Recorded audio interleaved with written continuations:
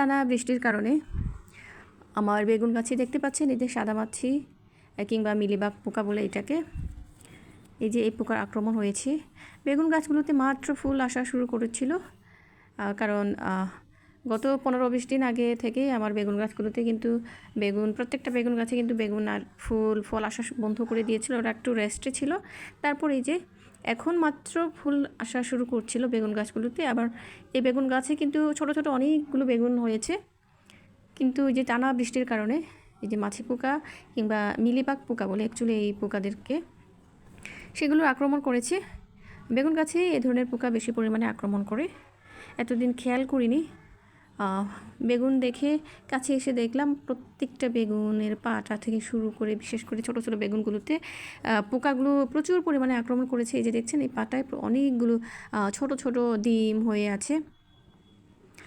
দুদিন আগে দেখেছিলাম, তারপর আমি বাসায় এসে যে আমার তেলের বোতলে করে আজকে ঘরোয়া পদ্ধতিতে কীটনাশক প্রয়োগ করছি।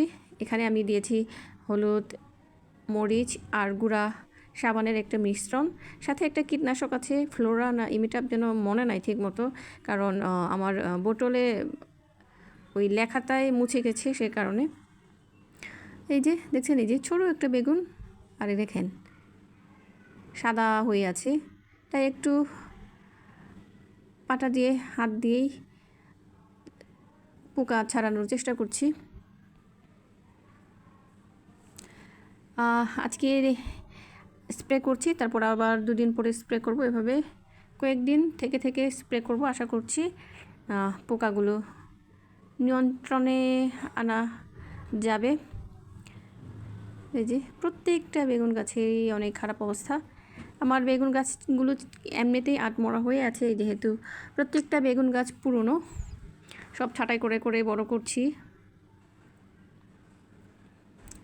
এই যে এই বেগুন গাছটা দেখছেন, এটা তো পুরা মরেই গেছে বলা যায়, কিন্তু আমি এটা একটু বাঁচানোর চেষ্টা করছি, কারণ এই বেগুন গাছের বেগুন খেতে কিন্তু অনেক মজা। আর আমার কাছে এখন এই গাছটা ছাড়া আর কোনো এটার চারা নেই, সংগ্রহ করতে পারিনি, সে কারণে একটু বাঁচানোর চেষ্টা করছি। আমার স্প্রে গানের ফুটাটা একটু ছোট হয়ে গেছে, তাই বারে বারে ব্লক হয়ে যাচ্ছে। তারপর আবার ছেঁকে নিতে ভুলে গিয়েছিলাম, সে কারণে ব্লক হয়ে যাচ্ছে, ছিদ্র ছোট হয়ে গেছে। তাই একটু পরে পরে নেড়ে নেড়ে পরিষ্কার করে পানিতে ধুয়ে স্প্রে গানটা একটু পরিষ্কার করে নেওয়া লাগছে। এই যে এটা গরমের কারণে নুয়ে পড়েছে, সমস্যা নেই, পানি দেওয়ার কয়েক মিনিটের মধ্যে আবার সতেজ হবে। ভালো থাকবেন বন্ধুরা, অনেক ধন্যবাদ।